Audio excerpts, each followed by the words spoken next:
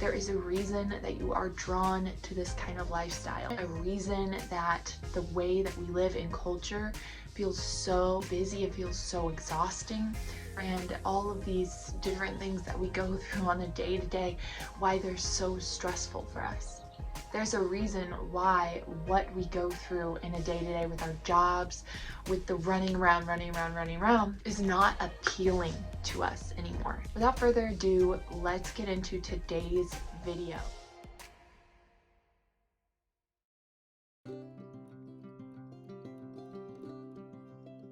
Before we get into it, don't forget to subscribe for more content like this. Follow us, comment below what videos you want to see on my channel.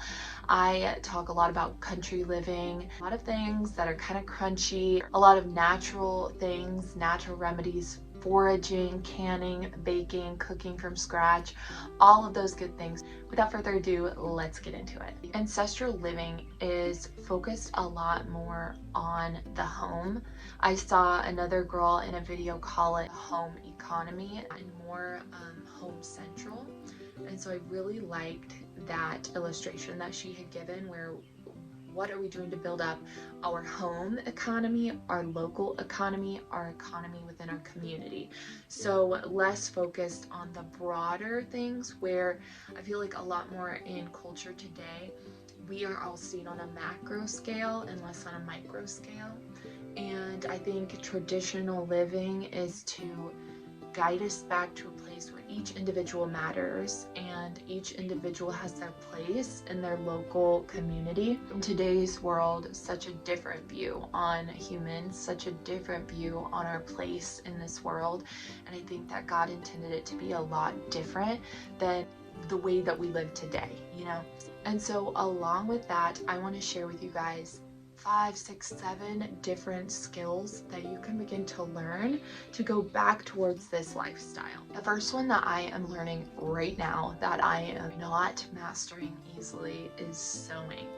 I am learning to sew and to make patterns, and it's somewhat difficult. I have made things like pillowcases before, I have made aprons before, but learning to make clothes is a little bit more difficult, and learning to make patterns is a little more difficult as well. If things ever got to the point where we needed to learn these skills, it would more than likely be too late. So just learning like something as simple as making my own clothes, which isn't simple, but to people like 100 years ago, it was simple, and it was something that everyone had to learn, at least to hem clothes and patch clothes. It is absolutely insane that we don't know how to do that, and yet it is something that everyone has done maybe up until the last 100 years, and it's so crazy, but it's definitely something that I feel like we need to learn again. Just wearing something that you have made, or laying your head down on a pillowcase that you made, it's a different feeling, okay? And you are ensuring it's a one-of-a-kind piece. You are ensuring that it is what you like. This is like you are building your closet yourself. And this is a lot more inexpensive once you have the equipment, which you can usually buy on the Facebook Marketplace. Amazon has some cheaper options, and you can buy them used on eBay or different places like that, secondhand stores. But once you have the equipment, you can go to a thrift store or on eBay or things like that, and you can buy sewing material, and you can buy the thread, you can buy these things from a secondhand store. And so you could make a shirt that is cute, like a patchwork shirt that's really popular right now, and you would buy that from a boutique for like 58 bucks, and you're making it for like $4. This is something I'm learning. If you want to learn more about this, you can follow us on here or on Instagram and follow along my journey, because it's a rough one, but I definitely recommend it 100%. Next is bread making. Bread making is such a beginner-friendly option when it comes to learning traditional skills. Oftentimes we already have the ingredients for bread making in our home, And once you go down the bread aisle in the grocery store and see that there is like 10 to 15 ingredients, and then you realize that homemade bread has 4 ingredients, you will never want to go back. I have some really great, super easy bread recipes that I will link below, along with a bunch of other links for stuff I've mentioned in this video. I recommend it. Once you get the hang of it and you can figure out how to add it in your schedule, it becomes so seamless and so easy. And oftentimes if you make 2 loaves, you can put one in the freezer, have one fresh on the counter or in the fridge, and you'll have fresh bread. It's so crazy. The other day I ran out of bread and I wanted French toast in the morning. And the way that I could just be like, I want French toast. And so I could go from not having bread to having bread within like 2 hours is insane. Based off of like, I didn't leave the house. All I did was mix some stuff together and put it in the oven, and out came bread that we pay like $6 for or more. And I paid maybe $1 for all of the ingredients. And so it's, again, money saving. It's an amazing feeling to make these things. We aren't used to that as much anymore. So to be able to have nothing come into, basically you just have some random things here, mix them together, and it turns into a delicious loaf of bread. It's incredible. I personally have not bought store-bought bread except for hamburger buns in a long time. And that is because store-bought bread has a lot of ingredients that I can't have. But it's insane to be able to just make something at home, save money, save fuel, and eat healthier. Also learning that skill, so if ever the store doesn't have what I need, I know how to make it. Next, and one of the biggest things is learning to can and preserve your own food, right? Because we can wear clothes that aren't super new anymore and make do, but when it comes down to it, if we ever needed food, that's not as easy to make do without. And so learning to can and preserve your own food, this also allows you to make healthier food, save money on groceries, cultivate these skills. And once you begin working with your hands, including your children and other family members in on this process, it'll create lifelong memories, sustainable living. It creates food that is shelf stable, that you don't have to have electricity for. Also, much healthier options. Okay, this looks like water bath canning, pressure canning, dehydrating food, and you can do this with a dehydrator, with an oven. You can dehydrate things on your front porch in the sun.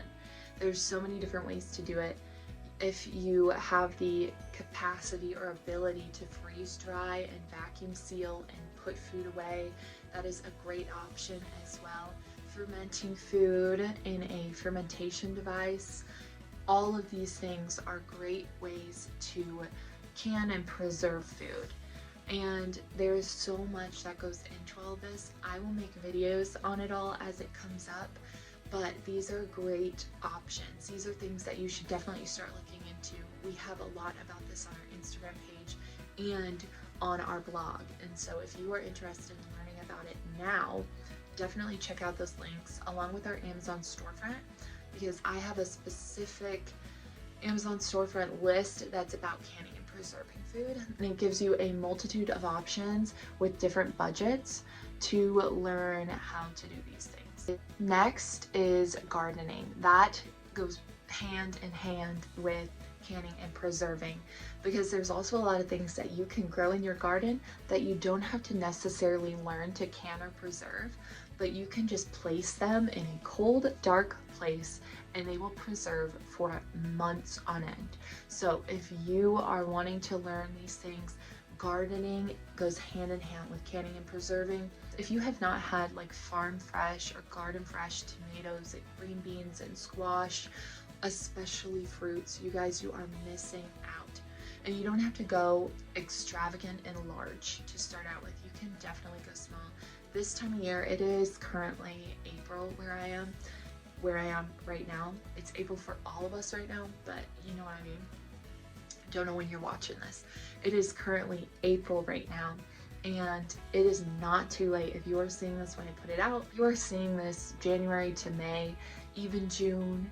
It is not too late to garden, and it's not too late to have an abundance. Learning to garden, it saves you so much money. The amount of produce that you get for the price of seeds, which are just $1, $2 a pack of around 50 seeds, sometimes more, and getting to have an entire garden from that is insane.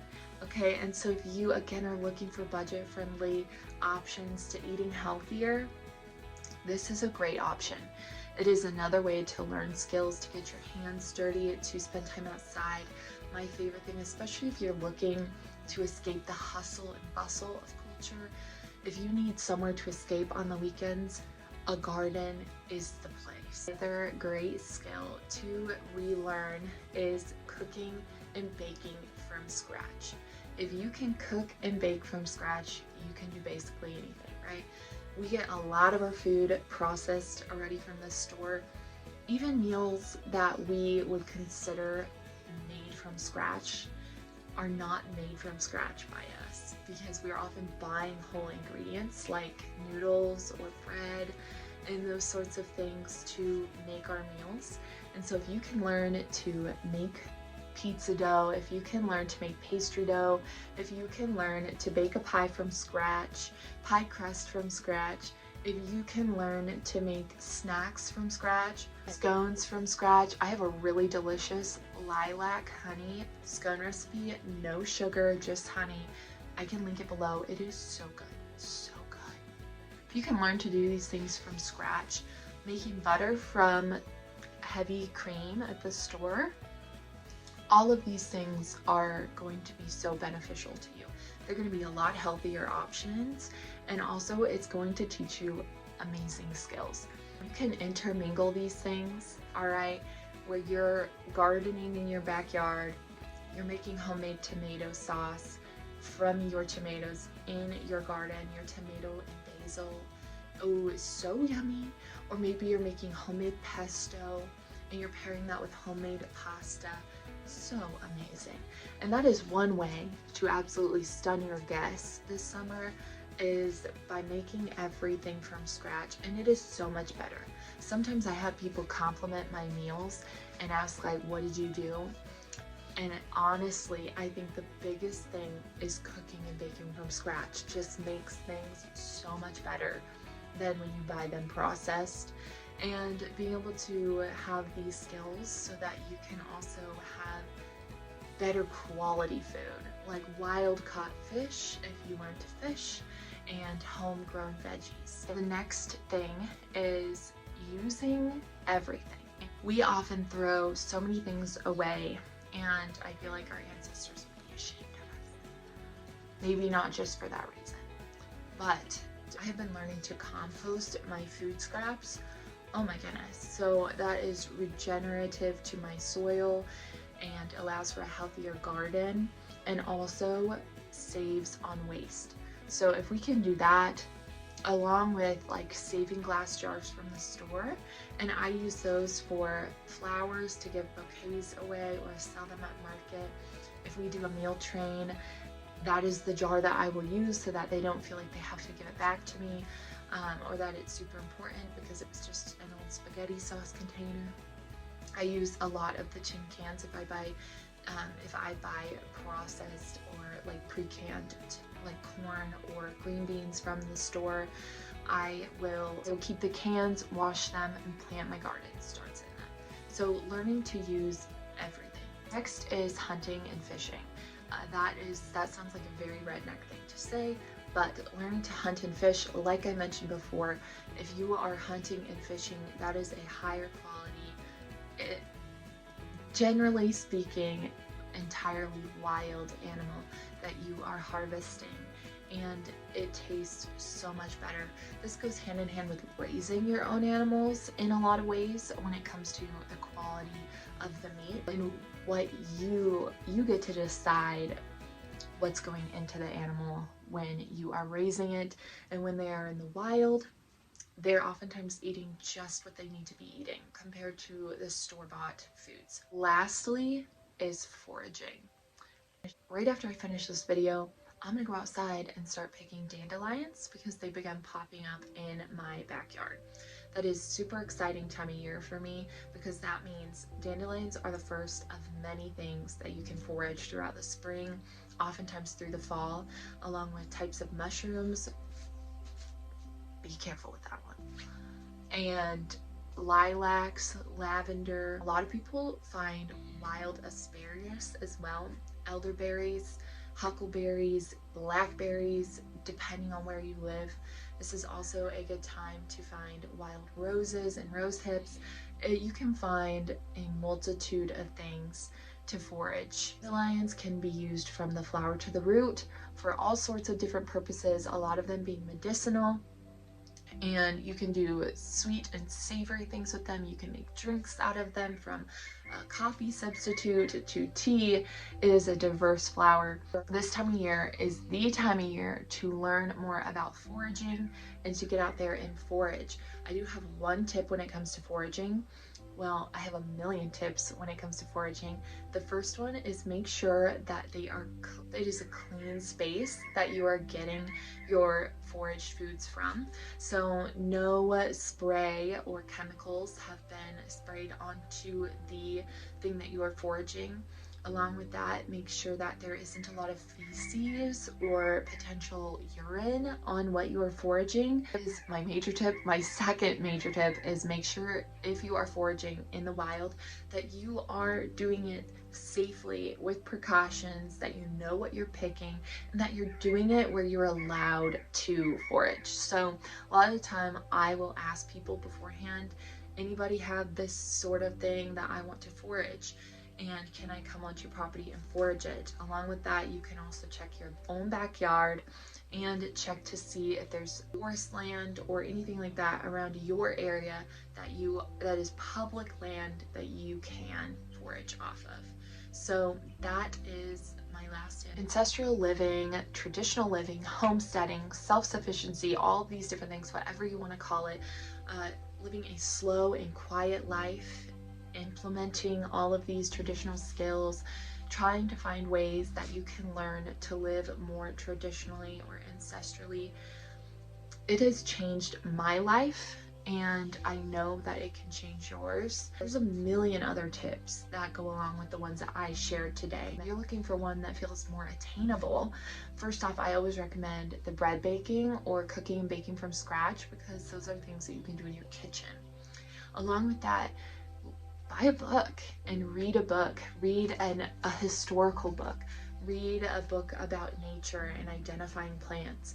Read a book about gardening, even if you can't garden or have a large garden. If a lot of this feels overwhelming, there is different ways to learn these skills.